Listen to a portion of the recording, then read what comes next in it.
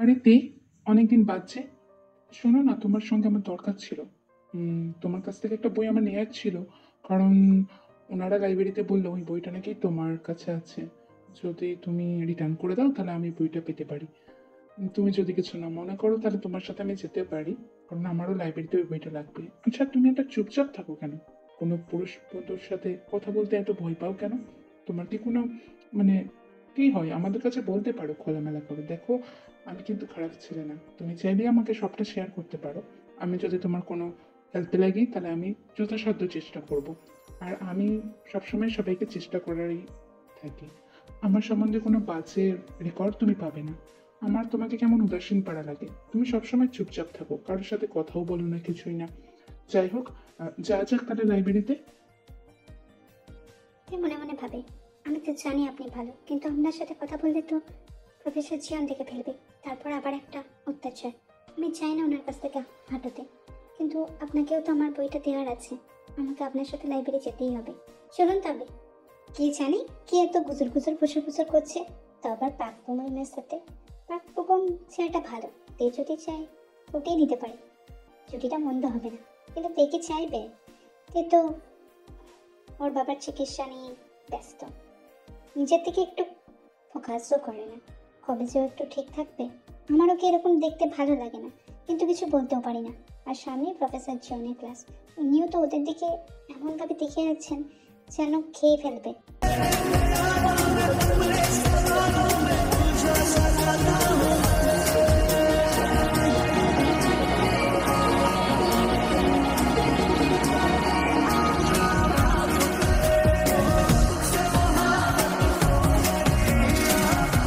ক্লাসটা তোমরা লঙ্গরখানা পেয়ে যাওনি। আর জিমি, আমার ক্লাসরুম থেকে এক্ষুনি বেরিয়ে যাবে। তোমাদের যাবতীয় কথাবার্তা তোমরা বাইরে বলবে, এই ক্লাসে না। ক্লাসে নিয়মিত ক্লাস হয়। তোমাদের এরকম ডিস্টারবেন্স আমি সহ্য করবো না। আমার ক্লাসে একটা স্ট্রিক্ট রুল আছে, সেটা তোমরা ফলো করো না। নীল গ্রাউন্ডে দাঁড়িয়ে থাকবে, কলেজের মাঠে গিয়ে 1 ঘন্টা দাঁড়িয়ে থাকবে। আর খবরদার, কেউ ওদের জলও দেবে না, কিচ্ছু দেবে না। ওই ঠাই রোদে তোমাদের 1 ঘন্টা দাঁড়িয়ে থাকতে হবে। আর এরপর কিছু হলে কেউ যদি ওদেরকে সাহায্য করতে চাও, তাদেরকে কিন্তু আমি আমার পরীক্ষার মার্কস থেকে হাটিয়ে দেবো, ফেল করিয়ে দেবো। এবার তোমাদের চিন্তা ভাবনা। ভালো করে পড়াশোনা করতে হলে তবেই ক্লাসে আসবে। পড়াশোনা বাড়তে অন্য কিছু করলে এখানে আসবে না। শাস্তি তো তোমাকে পেতেই হবে।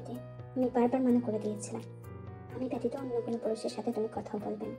তুমি আজকে বকুমের সঙ্গে ভীষণ গা ঘেঁষে এসে কথা বলছিলে, ভীষণ কমফোর্টেবল ছিল ও ছেলের সাথে। আমার সাথে হাসি মুখে কথা বলা তো তুমি ঠিকঠাক করেও কথা বলো না তুমি, আর তার সাথে হেসে হেসে কথা বলছিলে কেন? সেখানে অন্যান্য মেয়েরা তার বডি আমাকে স্বাচ্ছন্দ্যে হাসতে হাসতে দিয়ে দিচ্ছে, তোমার কেন এত অহংকার?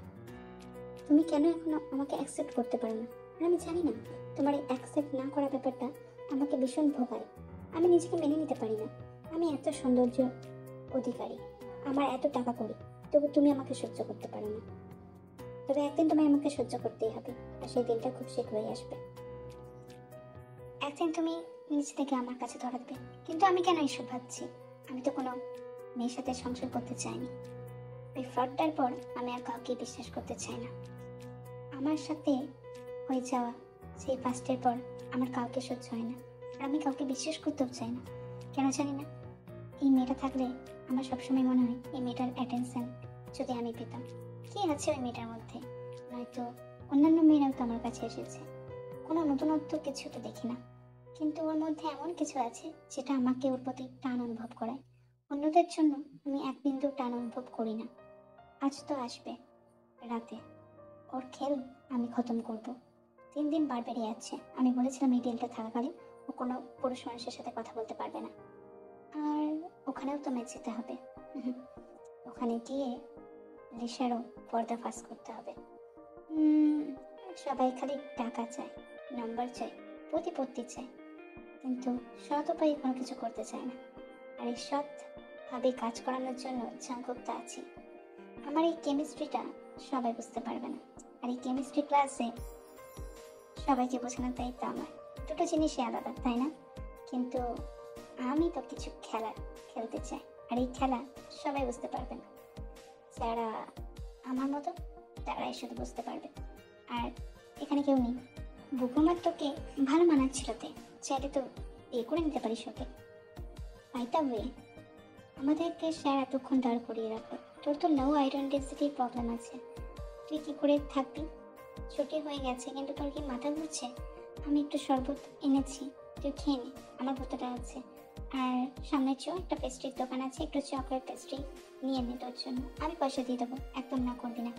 আর শোন না, তুই যখন তখন মেয়ের সাথে কথা বলছিলি, স্যার ভীষণ রেগে তোদের দিকে তাকিয়েছিল। জানি না কেন, কালকে আবার তোকে কী রকম শাস্তি দেয়, কারণ ওনার রাগ তো খতরনাক।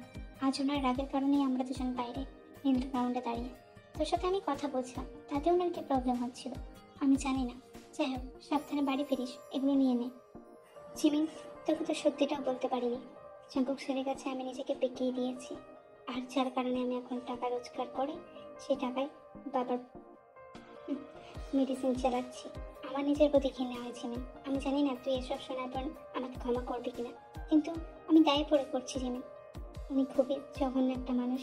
আমি জানি না আজকে ওনার রুমে গিয়ে আমাকে কীরকম পরিস্থিতির মধ্যে পড়তে হতে পারে। বেগমের সঙ্গে কথা বলাটা যে উনি দেখে নিয়েছে, এটা তো আমি বুঝতেও পারিনি। আমার জন্য অবশ্যই আজ দিনটা ভীষণ খারাপ হতে চলেছে, আমার সাথে খারাপই হবে, আমি বুঝে গেছি।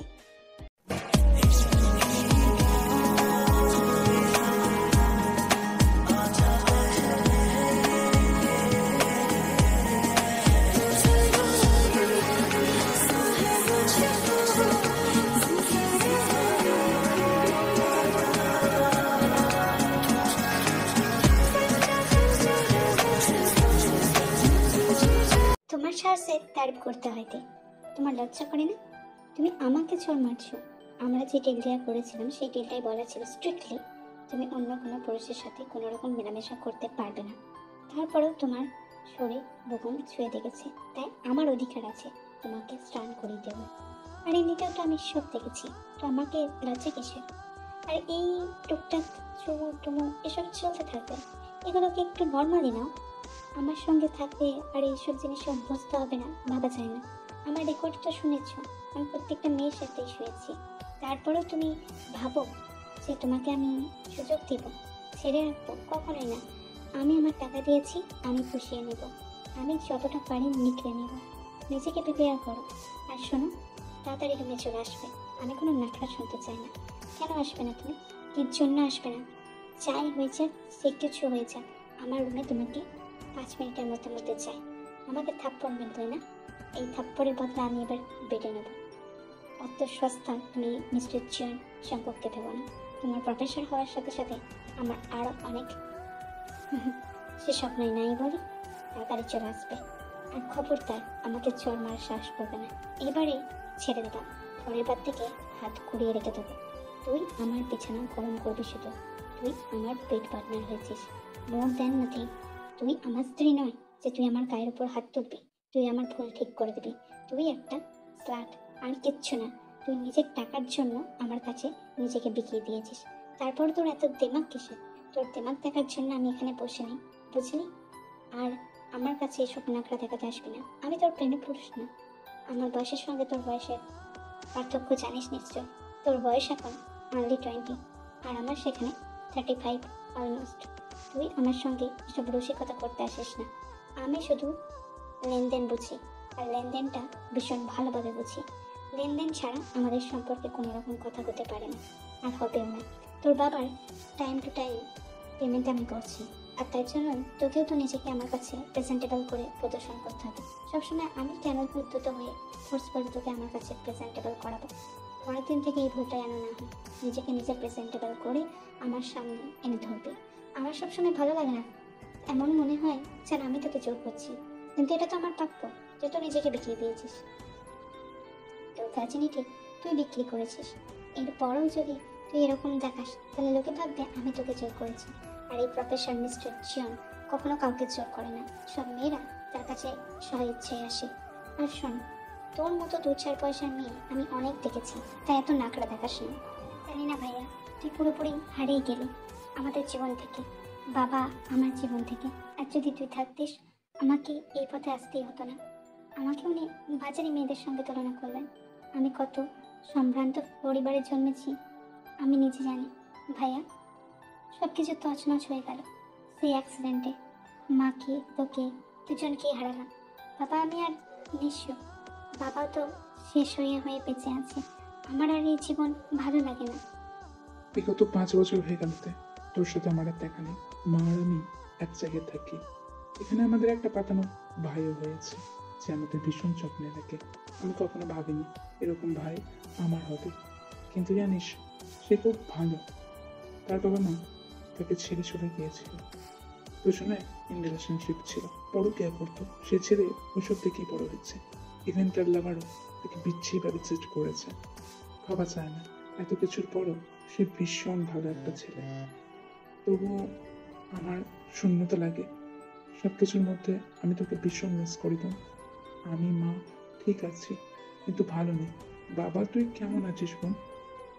আমি আমি আর ভালো নেই বোন। আমি আর ভালো নেই। তুই তাড়াতাড়ি ফিরে আয় আমাদের মাঝে। তুই তাড়াতাড়ি ফিরে আয় বাবাকে নিয়ে।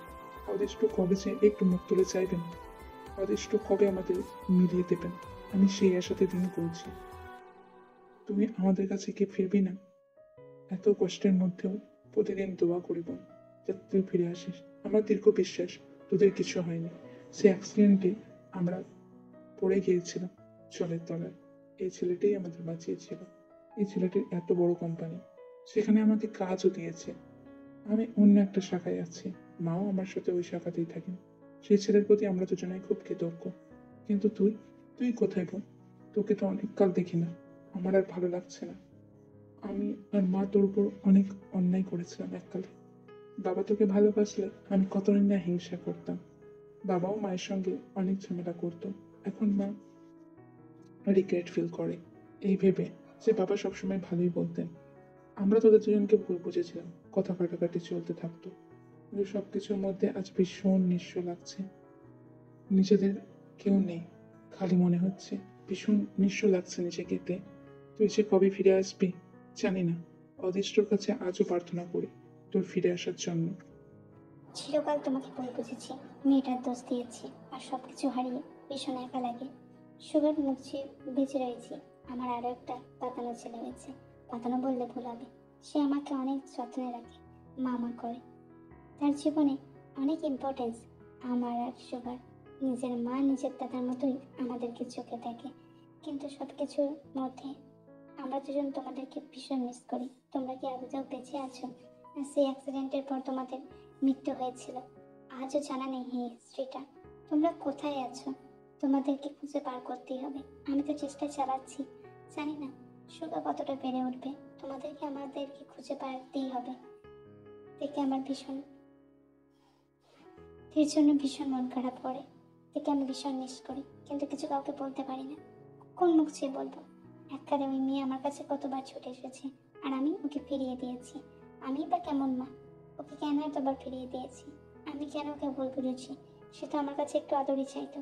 আমার এই দু মনামনি করাটা আমার কাল হয়ে দাঁড়ালো। সুগাকে আমি এত ভালোবাসা দিয়েছি, কিন্তু এর দিকে একবারও তাকাইনি।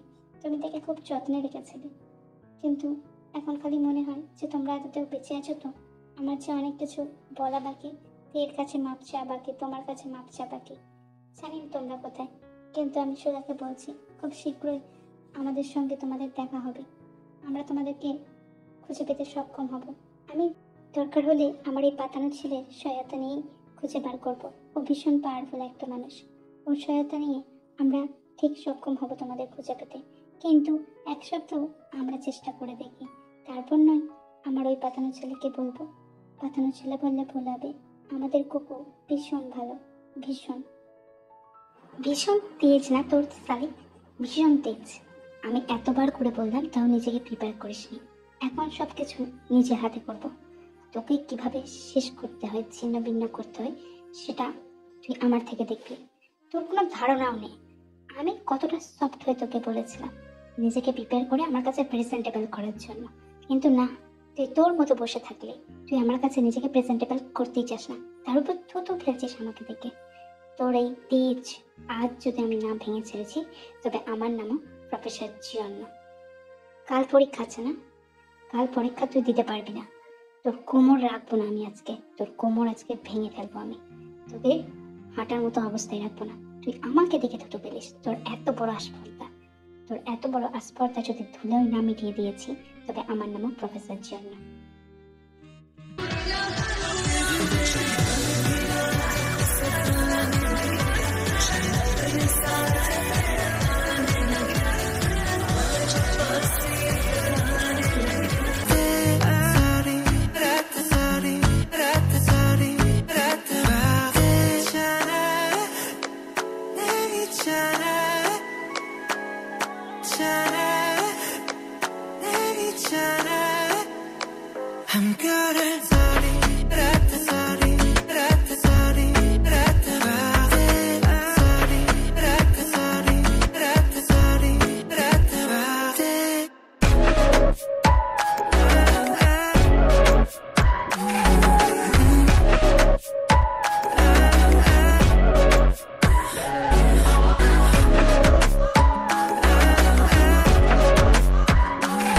আমার শরীরটা ভীষণ খারাপ, জ্বর এসেছে, তাই কাঁদছিলাম। আপনাকে দেখে থুতু ফেলেনি। আপনি কেন ভুল বুঝলেন? আমাকে এত ব্যথা দিবেন না প্লিজ।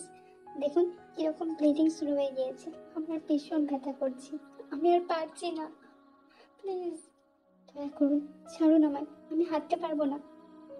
জাঙ্কু কালান্তির কারণে তার লিটল বানিকে তেয়ের মধ্যে ইন করে ঘুমিয়ে পড়ে, আর এদিকে তে অসহ্য যন্ত্রণায় কাতরাতে থাকে।